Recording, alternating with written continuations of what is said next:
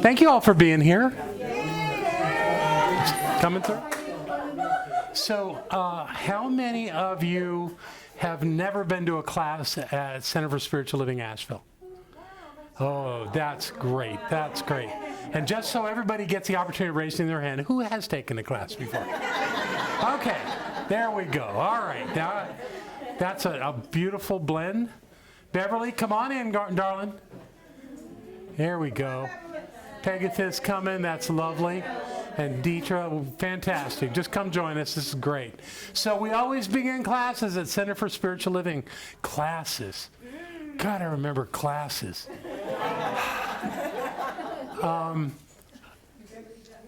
We always begin with a spiritual mind treatment. That's our form of affirmative prayer if you're not familiar with it. And so I'm just going to invite you to close your eyes and relax into this moment. Just take a deep breath and just relax into the moment. And know with me that there is a presence. It's everywhere. And if it's everywhere, it's right here, right now, in its wholeness. This presence is the creative force that created the entire cosmos. It is the creative force of all that is. It is not only the creative force, but it dwells in and as all things. All things are divine. Life is beautifully unfolding as this presence, as me, and as everyone here. This is who we are. And in that understanding, we live from that divine nature that is who we are. We awaken to that presence, and we live with that authority in all that we think and say and do. So we come together on this beautiful summer Monday evening to awaken a little bit more to that presence, to remember the truth of who we are, and to see that we live in an abundant, magnificent, opulent world, which is ours for the taking and the making. And as we do this, our lives get richer and fuller and more beautiful.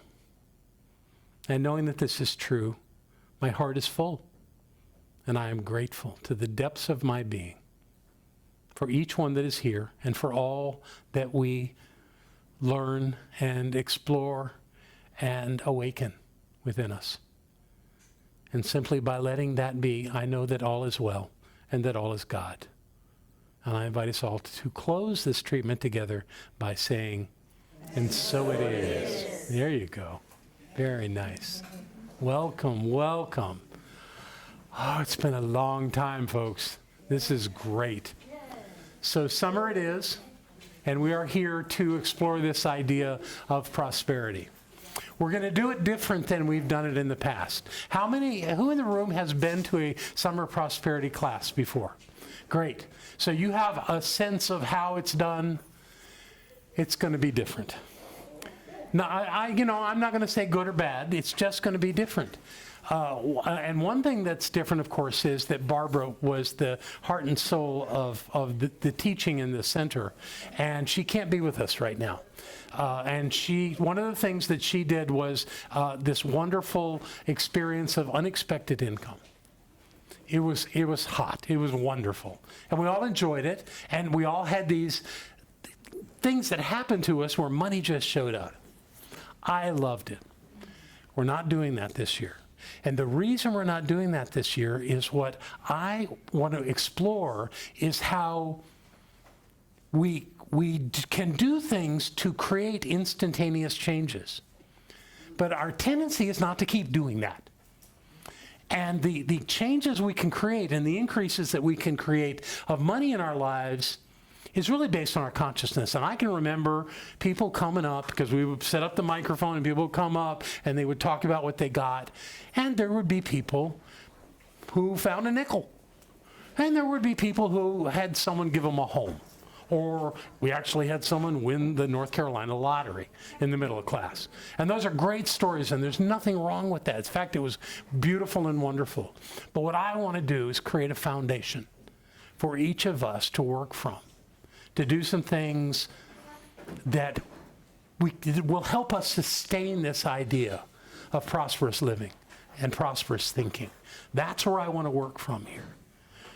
I'm not interested in a get-quick-rich thing. I'm not interested in trying to show people they can win the lottery. I'm interested in how we bring the full richness of who we are to the world. And that's what I want to do in this class. So a little different than what we've done before. And so thank you for those of you that would really love to be jumping up and down and doing those treatments and yipping and hollering and then coming to the mic with their stories.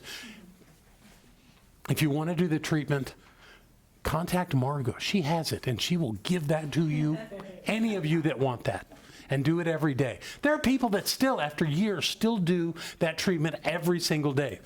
Our administrator. And trust me, her abundance and prosperity has increased in the time that she's been here in a great and wonderful way. So, nothing, that's all good stuff. But I just want to take it different. This is my last shot with you guys. So, as far as I can tell anyway. So I really want to give you the best that I've got. And what that's about is really about you. It's not about what I can give you. It's really about awakening you to what's already there.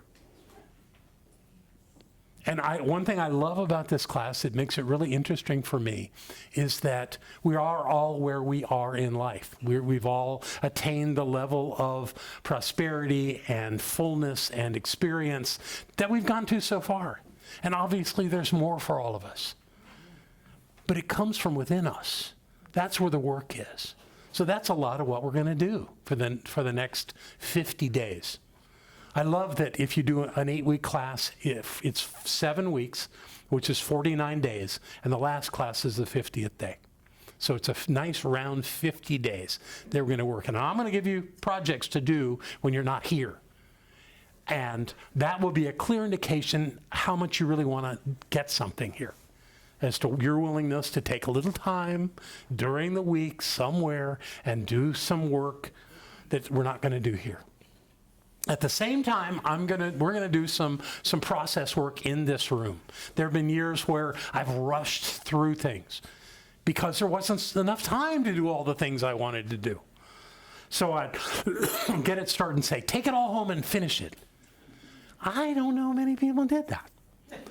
So this year, I want to do that here. I want you to have the time to look inside and see what's there that needs to be evaluated and considered and either amped up or thrown out, because there's all of that inside of all of us.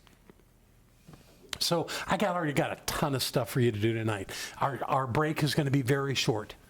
And then we'll be doing some process work. As if you need to get up and go to the bathroom, you just get up and go and come back. But I would ask you during those times, and anyone who doesn't know, bathrooms are right here. Anyone that doesn't know how this works, bathrooms, no conversations while people are processing in the room. So try to stay as focused on the work that you're doing for yourself, about yourself, as we do this. Margot, do we have the great? So some of you were so excited to be in the room that you skipped the process of signing in. So bring those up, Margot, and give one to the person at the end of each row here, and let them just work their way to the back of the room. If you already signed in, just pass it on. But if you didn't happen to write your information there, please do that. Couple of reasons. I love to know who's in class. Another reason is that if we had some weird reason that we couldn't do a class on a night, we want your email address so we can send you that note so you don't come over here unexpected. That probably won't happen, but we just want to do that as a courtesy to you so that everyone knows. So if you're in the class, just please fill out that little bit, and then we're done with that little piece. Okay? Did everyone get Oh, yes, and that's another thing. Margot, would you grab the other folders that are on the table and just pass them out to anybody that's about to raise their hand because they didn't get a folder? Well, it's blank paper, right? That's fine, yeah. I'm not giving you anything there yet. There's a tiny bit to hand out to you today, and I'll do that in a little bit. Who did not get a folder? Great. It's the purpose of the folder. Just if you have a thought and you want to write it down and keep it, that's great. There's a pocket in it, and I am going to give you some stuff to put in the pocket from time to time. So you're not getting a pile of information there. It's just a vessel for you to use. Great. Fantastic. Everybody's got that. Wonderful. So what I want to start with tonight's topic is release. Now, those of you that know about the science of mind, you know that we have an affirmative prayer that we call spiritual mind treatment. It is a 5-step process. And the last step is release. This is not that kind of release. The kind of release we're going to do tonight comes from, it comes from a process I learned from my very first spiritual teacher. And what we're going to do is we're going to let go of things that no longer serve us. And what that does, that creates an opening for something better to be in the foundation of your consciousness. Because when you have stuff, well, I'll explain that when we get into the process itself. But right now we're going to do a meditation that is specifically about releasing, about this process of releasing things that no longer serve us. So I've asked Judith to turn the lights down, and I'm going to take Barbara's iPad. I am not an iPad person, so this may take me a second, but I think I can do it. It wants a picture of Barbara's face. I don't have that. But there it is. There it is. Lovely. So if you're watching this on camera, you might be able to see me, but I'd love for you to please join us wherever you are in doing this meditation with us. So being able to see anything isn't that important right now. What's important is that we just relax into this moment. Of course, the best way to do that is to begin by just closing your eyes, just relaxing into your seat. Your seat is supporting you very well, exactly as it's intended to. And you are free to just relax. To become aware of your physical position. Where are your feet? Are they flat on the floor? Are you feeling like you're sitting in the seat with a little balance? If not, find your balance. Are your arms on the table or are they in your lap? Whatever it is that will create that sense of comfort, allow that to be where you are right now. And as you just notice your breathing, begin to let the tension in your body go. We all carry tension. Most of us carry it in our neck or in our shoulders or in our forehead. Those seem to be the places where we normally do that. So kind of scan those areas real quick and see if anything is very clear that you're holding a little tension. And if you can, just let it go. So whatever you're feeling, whatever is going on, begin to just relax and let it go. Let's leave the day behind. I'm sure it's been a productive day. But there have been those moments of strain and stress, little ones maybe, but still, see if you can't just leave them, let them go. Now take a deep breath through your nose. Breathe that in really deep, allowing that to come easily into your lungs. And then through your nose, just exhale it again. And while keeping your eyes closed, bring your awareness to your eyes. Consciously and deeply relax your eyes from the inside. See if you can feel back in there where those muscles and the backside of your eyeball are, and see if you can't just relax. Let it go gently to a relaxed state. Let your eyes feel as though they're floating. And with this deep sense of relaxation, allow it to move from your eyes, down your face, through your cheeks and your jaw, your mouth. And as it begins to work its way down your neck, relaxing every muscle. Allow your neck to relax until it feels as though your head now is floating. Doesn't that feel wonderful? Now be aware of your right shoulder. And allow that relaxation to flow through your shoulder, down your arm, all the way down to your hand,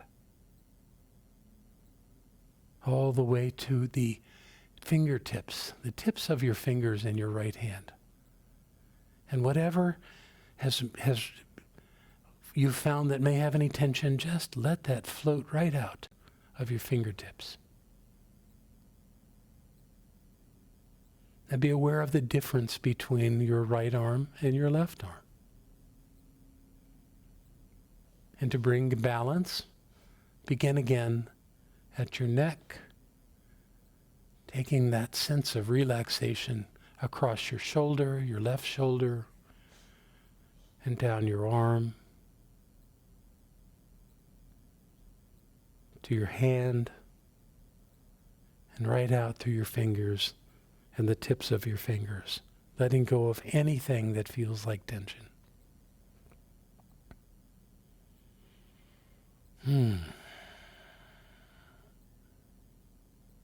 Now bring your awareness to your upper back and allow that relaxation to move down your spine. And as you go, feel your rib cage relax, your lower back relax, all the way to your pelvis.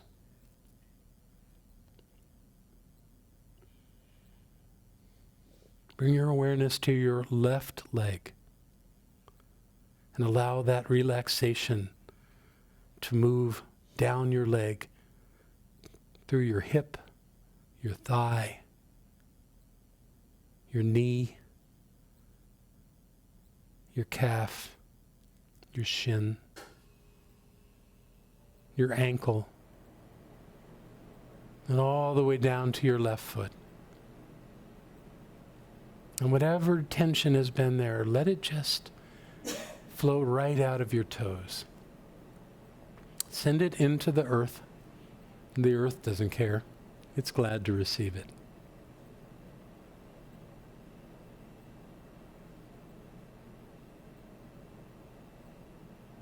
Now do the same with your right leg.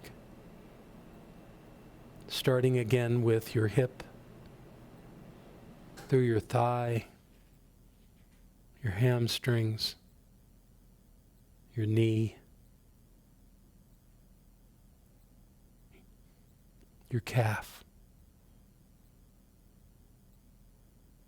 your shin, your ankle, right down into that right foot.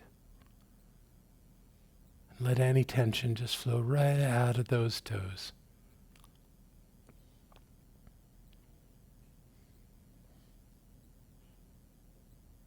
And as all these muscles release and relax, bring your awareness to the center of your chest.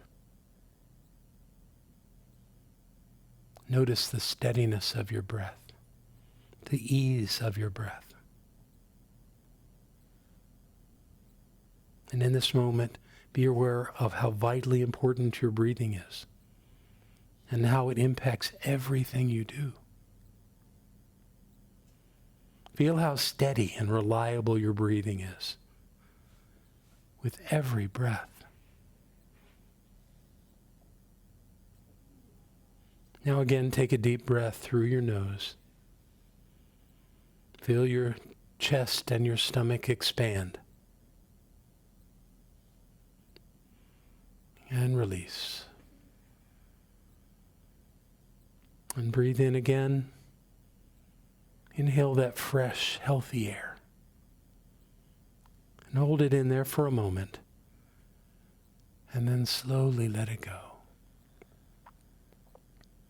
As you exhale, you feel yourself relaxing and sinking more completely into your chair, this chair that supports your body so easily. Breathe in again, a little longer this time. Feel the oxygen enter your lungs and move all through your body, nourishing and nurturing every cell.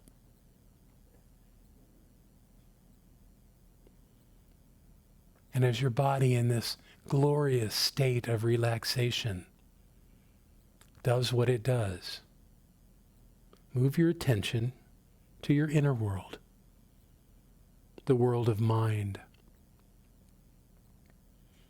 Feel your mind opening as you become more deeply aware of your thoughts and your emotional state. As you focus on your mind, which is called being aware of being aware, become more deeply engaged in that vast, beautiful inner world. You have memories from decades ago. You have information that you think you've long forgotten, but it's still there. It's always there. This is the place where you connect to all of life. This is the place where you are one with all of life.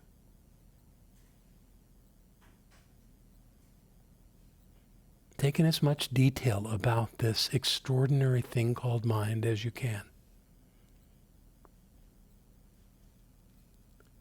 Recognize that it's always working. It's always active. It's always collecting and organizing information.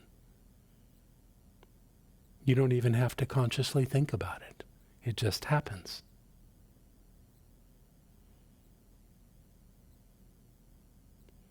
With that acceptance, you can begin to sort through all of the thoughts and memories of your life. But take a moment here to respectfully acknowledge the magnificence of all that is contained here. Be aware that there are still some unhelpful, perhaps distracting memories that no longer serve you in your life the way you choose to live today. You don't have to remember any of them specifically. They're just in the matrix of this life that you're living. They're not bad. They just may not be as helpful as they once were.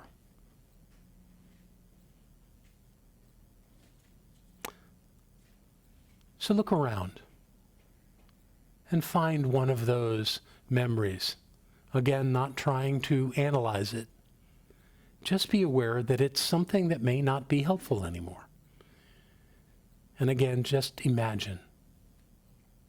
Use your imagination and imagine that you could go over and pick that memory up. And do it. Pick it up. Notice how heavy it is. Be aware that it may have some sharp edges or be a little clumsy.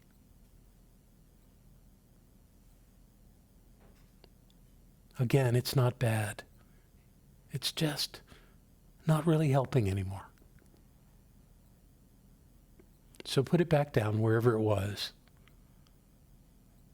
and look around for some delightful memory. Something that causes you to smile. Maybe a place, maybe a person. Something that has value in your life. Pick that one up. Notice how light it is. How easy it was to pull up and to experience. And how having it close at this moment is actually a joyous experience. And when you have a sense of it, just set it back down.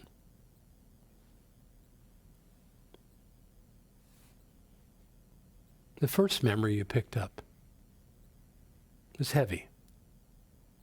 But it used to serve some valuable thing in your life. It was there to keep you safe, to protect you from some danger or some dire consequence. And it served its purpose. So as you look and see that there are these kinds of memories from your past, but still very present in mind, thank them. Thank them for why ever they're there, that they did what they came to do.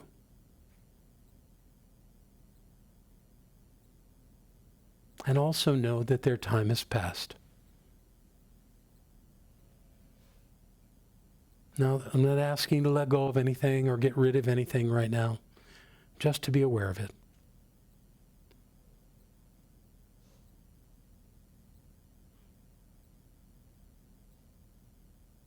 But also know that when we let go of the judgments of the events of our past, we free ourselves from the bondage of those memories. When we choose instead to focus on the things that serve us in our lives today, we make more progress toward being the ones we have come to be and doing what we've come to do.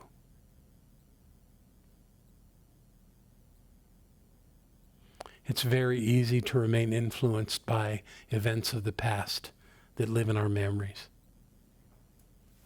But it's also easy to be influenced by things that can support us and carry us forward.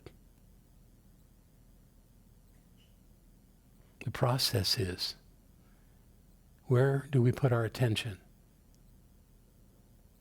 How do we use this incredible storage of knowledge and awareness to our very best use?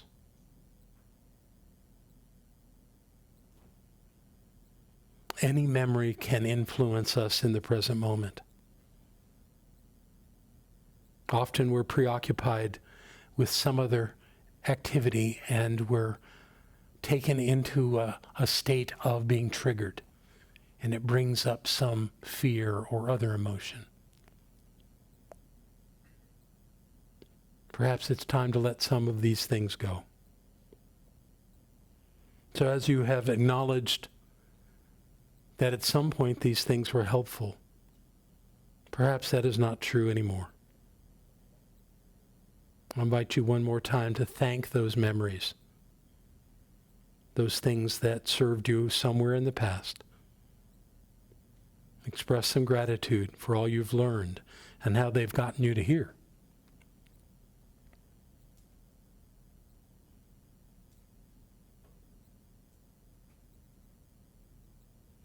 And now I invite you to gently come back into this present moment. Be in this here and now. Focus for a moment on your lungs as they expand and contract. And when you're ready, simply move a finger or a toe to remind yourself that you're still in your body and you're in this room, and that you're feeling the environment around you.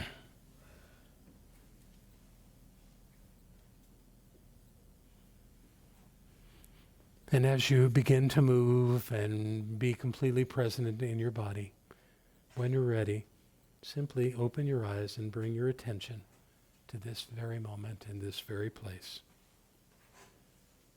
Grateful for a quick journey into how our minds work.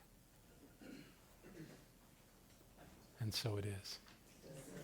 Yeah, thank you. So Judith, let's put on one light very gently for people's eyes. There we go. Let's just leave it there for right now. Everybody doing okay? Good, good. I love the idea of release. It's not our nature, though, to let things go. We have to do it consciously. Because once we put something into mind and we say this is real,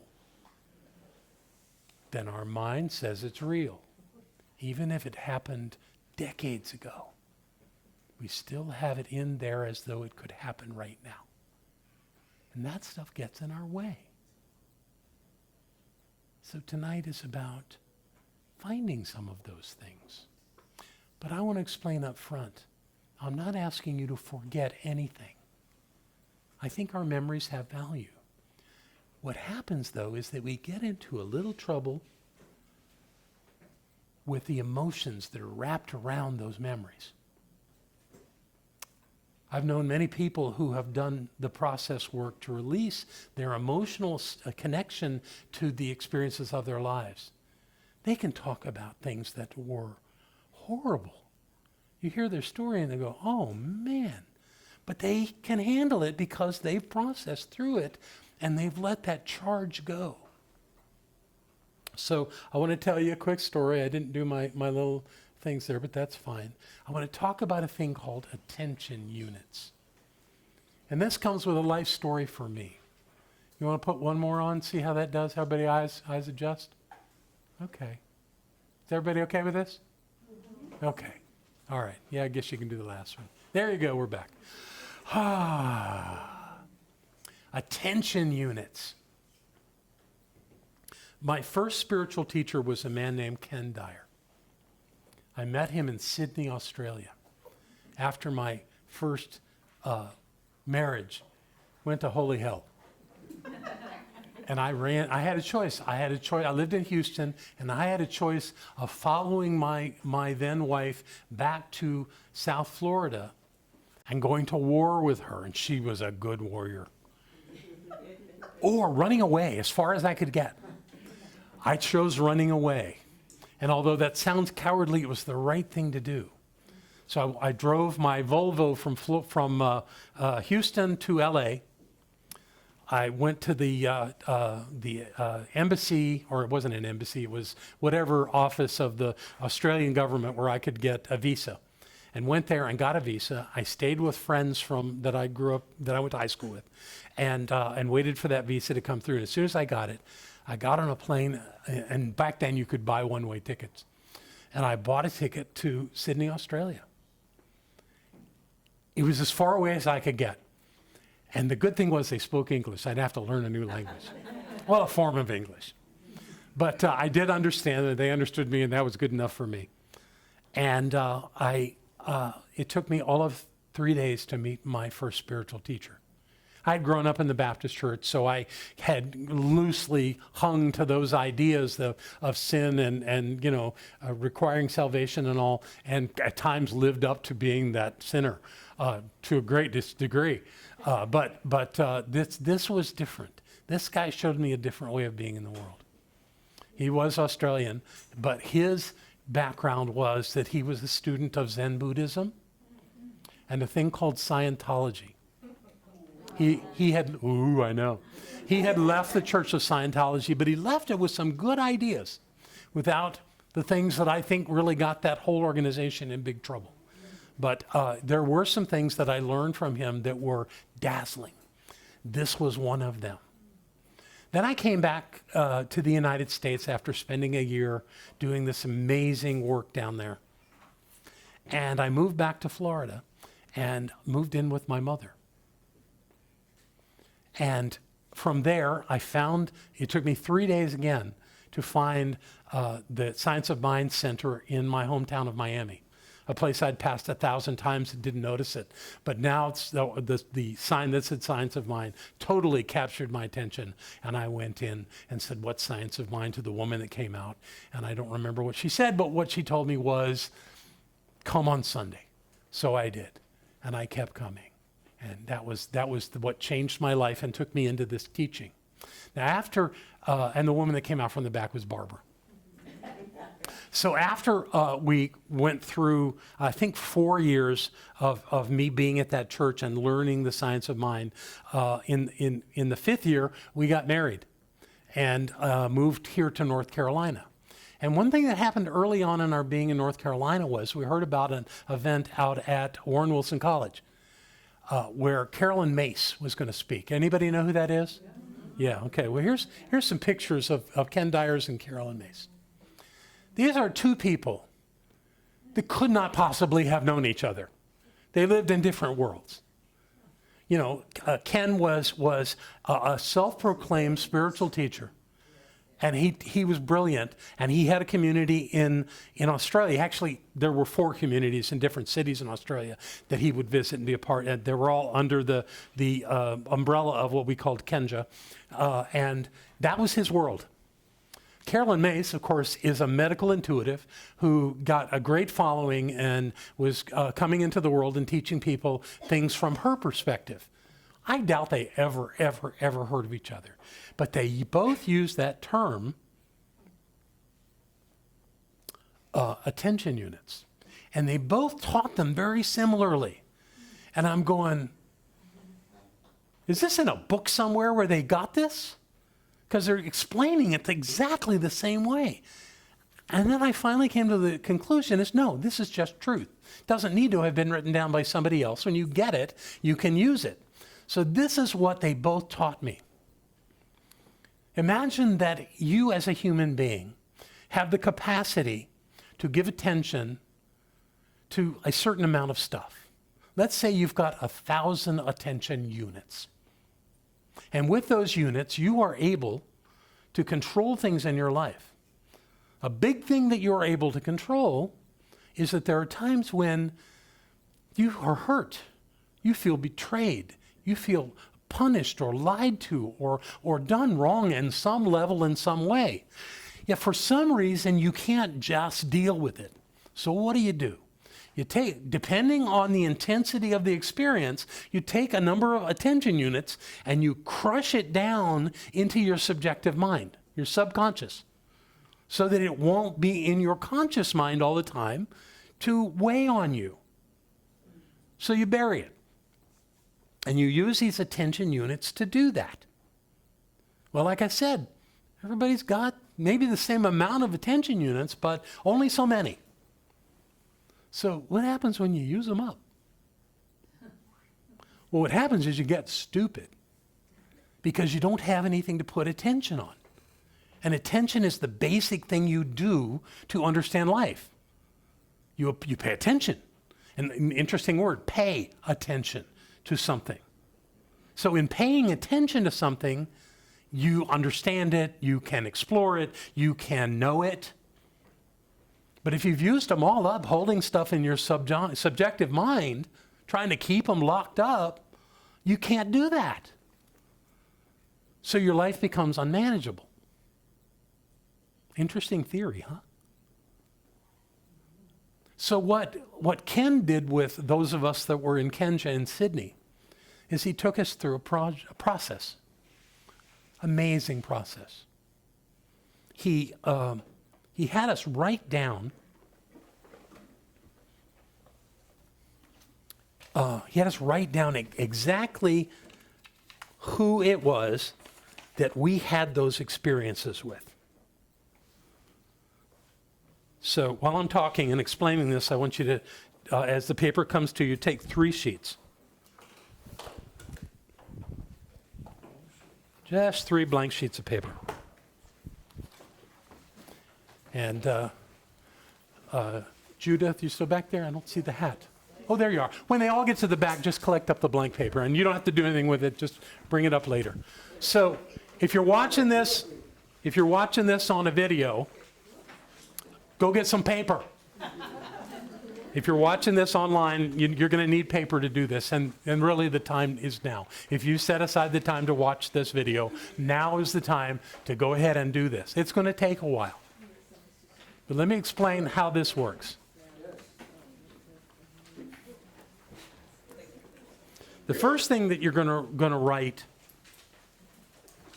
no, you're not. You're not going to write it. You're actually going to have a sheet of paper. The first thing you're going to write on the paper is the first person that you had this kind of a relationship with. Anybody want to guess who that is? It's Mom, by whatever name you called your mother. The kind of relationship that I've been talking about for the last 10 minutes. That relationship where that something happened, probably 1,000 things happened, where she stepped on you, where she told you you were wrong, where she gave you the impression you were bad, where she, who knows, she modeled things like lying or temper tantrums, or for some people, not being completely absent from your life by dying before you could know her. Whatever it was, it doesn't matter. The process still works, and everybody's got it with Mom or Mother or Mama or Mommy, whatever you called her. So the first word is the name you called that person that gave birth to you. Okay? So what you're going to do is you're going to think about all the kind of things that are buried in your subjective mind. Don't get overwhelmed with it. You're going to take one of these and just pass them back. And Judith is going to collect the baskets in the back with whatever's left over. So what's in the basket is a little two-line phrase that you're going to use, and I'll get to that in a minute. But what I want to say right now is that we start with mother because that is the key character that we begin our lives with. You can't go back further than mother in this exercise, okay? So if you believe in past lives, I'm not arguing that at all. I'm just saying we're not going to go back to past lives. We're going to just deal with this life, okay? Now, some of you are saying, but I love my mother. Of course you love your mother. We all love our mothers. That's part of life. Even if you hate her, you love her. In fact, if you hate your mother, that means you really love her. And you're trying to hide from that love with hate. So that's the process, is that you want to remember the things that happened, and you're gonna feel some stuff. There's still stuff there in every one of us. And what you're going to do, I want you to feel it. And when you feel that energy, I want you to consciously let it go. Release it. Because it's no longer serving you. And I don't care if you live with your mother or your mother's been dead for 30 years. It doesn't matter. I want you to release that energy and see as best you can in this moment that experience without any emotion. I want to give you a couple of examples from my life. My mom was angry.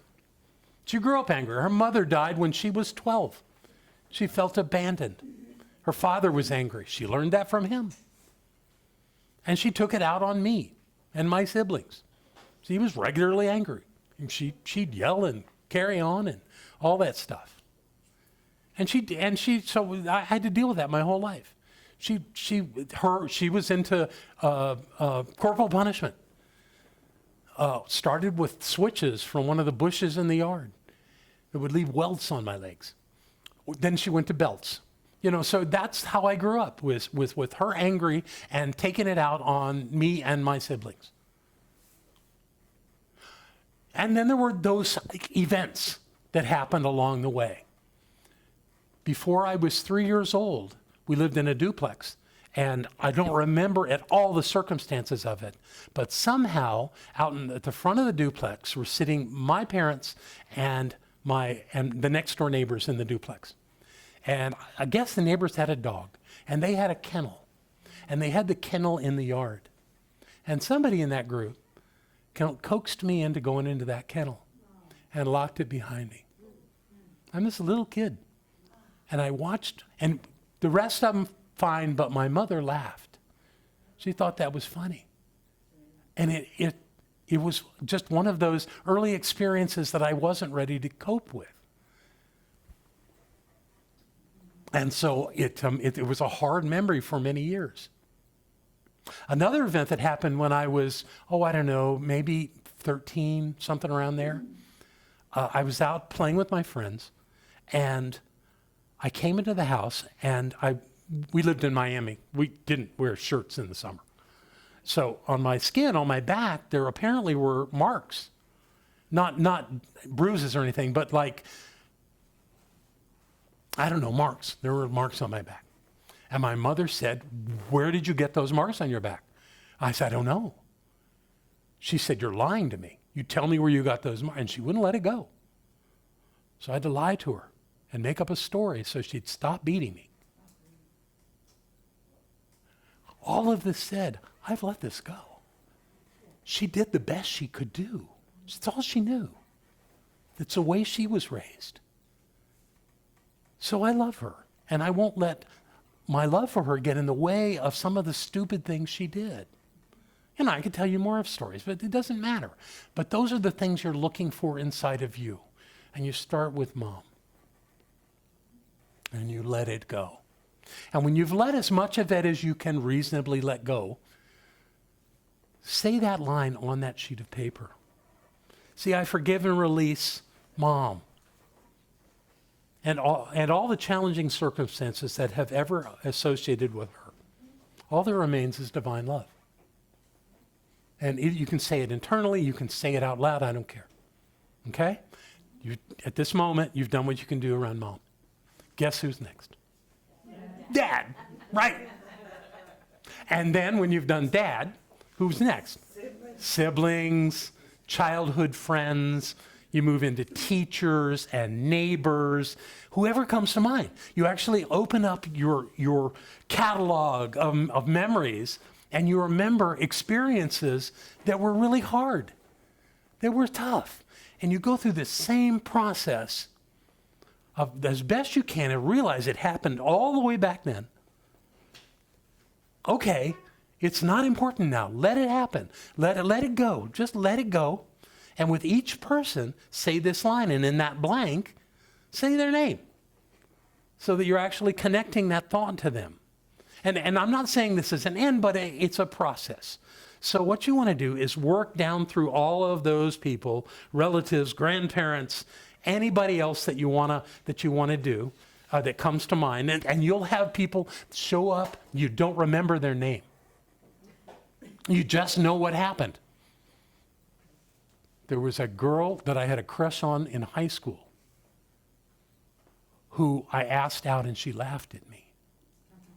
I don't remember her name. But that incident was one of those things.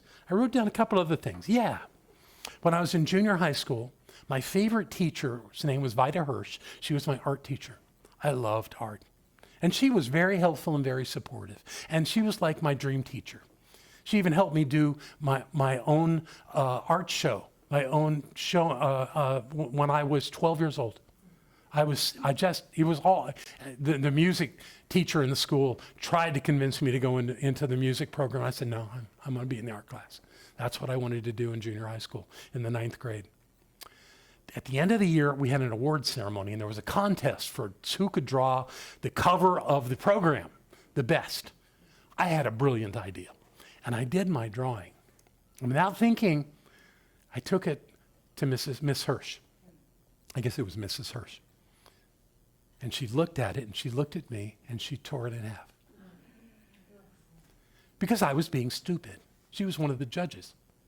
And she was supposed to judge them anonymously. So her seeing it ruined it. But I didn't know that. I just saw her tear up my artwork. And I felt terrible. Then I got over it because she was a great teacher, But at that time, it was devastating to me. When I moved to Texas, to Houston, I had a college professor. I don't even remember the class. But I know that I had a paper due by a certain class, and something happened. I was married, and my first wife required amazing amounts of attention.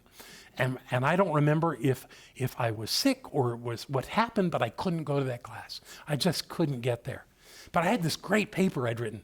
So I get up the next day, and I take time off work, and I go to his office and give it to him. Guess what he did? He tore my paper in half. And I was devastated. And I'm going, I quit. I left school over it. I can't do this.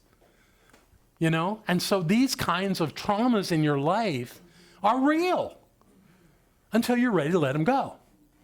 And I'm believing that everybody in this room is ready to let them go. So I've done that work. I spent a lot of time in Sydney before I left Sydney. I came back to Florida. I moved in with my mom.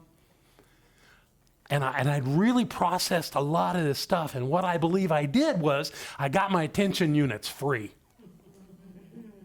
And one night, early on in getting back to Miami, my mom had this ritual. She worked in a bank, and when she got home, she would relax and she would watch a little television. And she loved Jeopardy.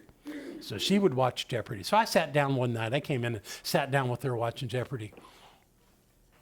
I answered every single question in that entire program correctly. Everyone. Why? Because I had so many attention units available to draw the answers out quickly. And I just knew them. And I was stunned. But at the end of the show, and the final Jeopardy answer, I already knew. And I said, I got them all. I've never done it again. I've never even tried to do it again. But that day, that was for me to say, all that process work I did changed my life and opened me up to a better way of being, opened me up to find the science of mind. So that's the gift I bring to you tonight. And I want you to spend the most of the next hour working on this, okay? It's about 8 minutes to the top of the hour. So I want to come back to you, let's say 45 minutes, somewhere around 20 to the top of the next hour. Spend that much time. We're going to keep the camera going so everyone that's doing this online somewhere else in the world can do this process with us. And if you have any questions for me, or if you get past your 3 pages and need more paper, just raise your hand and I will facilitate that for you. But we're not going to talk out loud because people will go into deep process work here. I don't want to get in their way. So is the paper to write who? Your name, if you want to write something else, that's fine, but you don't really need to. Just putting their name on the paper and then remembering those experiences is the value. So, and you could do 3 columns on a page if you want to, however you want to do it.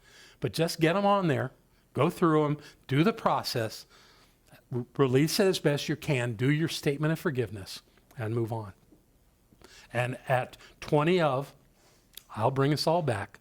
I have a little more work to do with the paper that you have, and then we'll do our close, okay?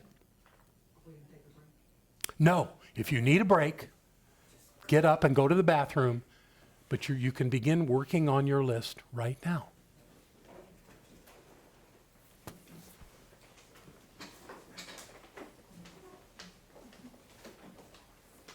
And remember, you're not trying to forget anything.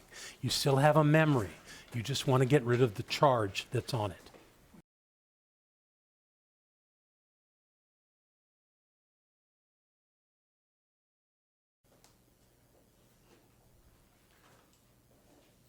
When I was in junior high school, me and a couple of my friends would walk to school every morning, and we would pass a Catholic school.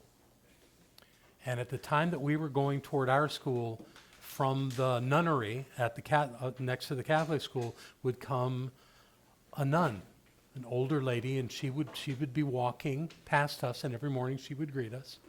Some days she would actually bring us little gifts, like little candy. And I knew a guy that went to that school. And I mentioned how nice this person was. And I described her to him, and he got the look like he had just heard about a ghost. He said, she's the meanest nun in the whole school. I tell you this because I want you to know that everybody on your list is God. Every one of them, even though they may have been angry or mean or spiteful or lying or whatever they did in your life, they're the same presence of the divine as you are. Some of you have figured this out about that last name, how important that is to the list, because that's an equal name to everybody else on the list. So there's one more task to do with this tonight. And this will just take a minute. I want you to go through your list very quickly. And anyone that you still have a relationship with in your life, even if it's an estranged relationship, those are important too. Somebody that's still alive and present in your life somehow, maybe in a difficult way. Anybody like that? I want you to circle their name real quick. Just scan it down, just go through circles. Whoever's there. Should just take a minute. Those early ones probably not, but the ex-wives, those kind of folks. Ex-husbands.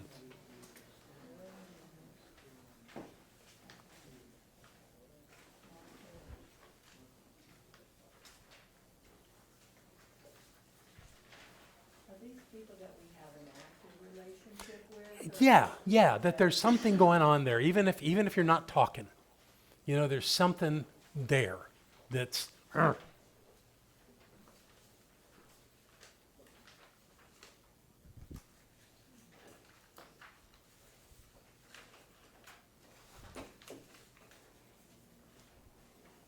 Don't overthink this. Just circle them. Just circle them quick.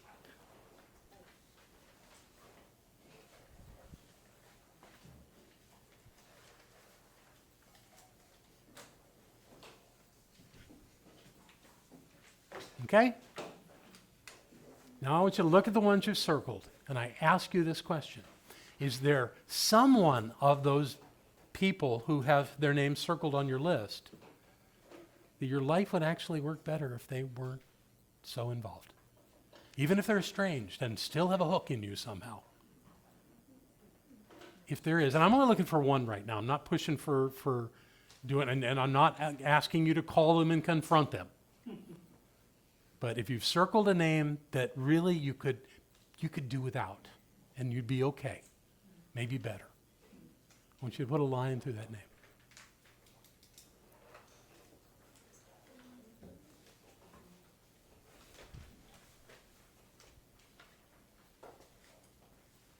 I know that's sad. It is. So this is about releasing. So again, I'm not asking you to call this person and confront them in any way. That's not what this is about. This is about how you are experiencing that person in your life. And what I'd like you to do is close your eyes for just a moment. I want you to imagine that person, wherever they are. Imagine them today.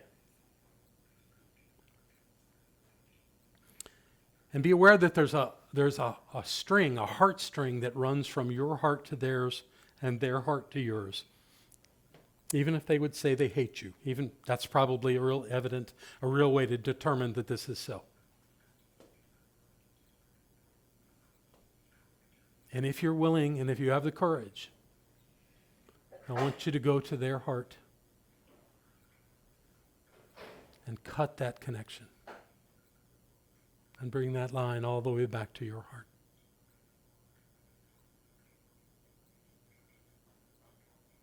Let them go. You can't do a thing about that connection that comes from them and connects to you. That's their business. But that cuts the energy between the two of you. And let them go.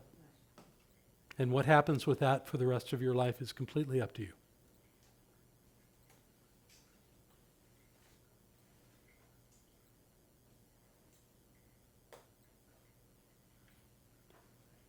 Very nice. You all have done amazing work. I've been scanning the room the whole time. You've done incredible work. There's one more thing to do. Because we're doing a releasing exercise, we have to release this list. So what we have outside is a burning bowl. And I'm inviting all of you to come out and to burn these papers. All right? You're going to remember the one that you circled and drew a line through. But it's time to go out here and do this. So and let's do this without talking. Let's do this very, very, very much within ourselves. If you're watching this somewhere else, burn those papers. Somehow find a way to do that safely and let it go and watch it leave.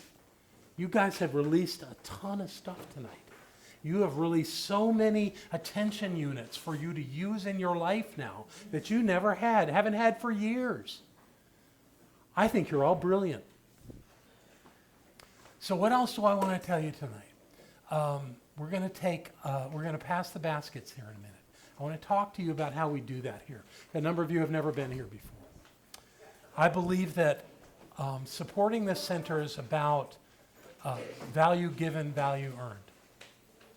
So if you found this important tonight, and you have more than a couple $100 in your checking account, to put $3 or $5 in the basket, you're really not doing yourself a favor.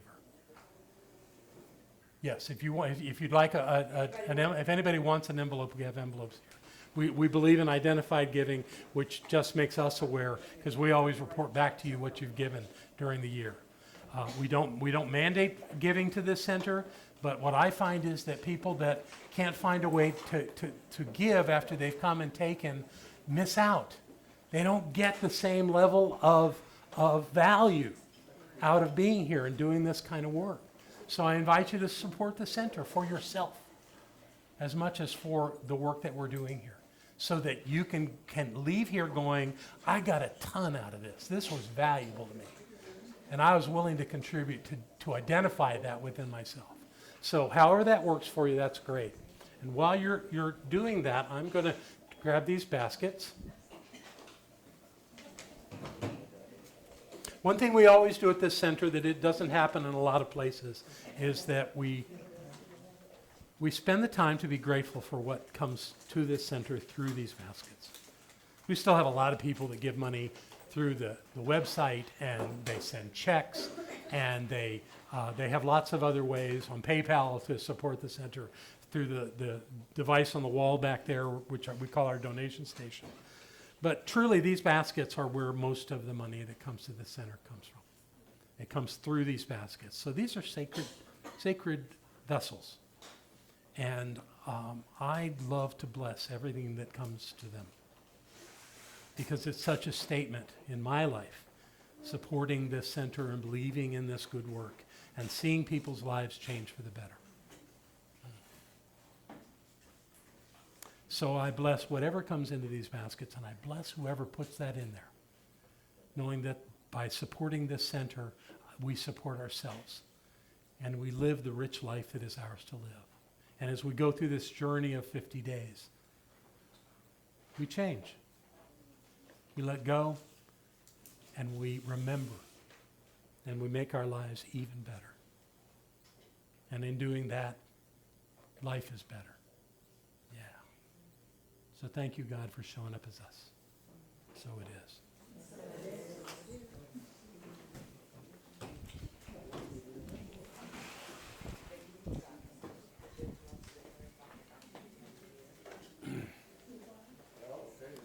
Cliff, when they all come to the back, will you gather them and bring them back? Thank you. And if you're watching online, you're part of this as well. This is your opportunity to click the donation button on our website and support the center. So see if you can do that. See what that feels like for you. We literally have thousands of people around the world that go to our website and watch our Sunday celebrations and our classes. And they are players here as much as us. Thank you. So thank you, God, for showing up as all these good people. Thank you for the hearts that opened, the minds that remembered what needed to be remembered, and the lives that are a little clearer tonight because of this good work.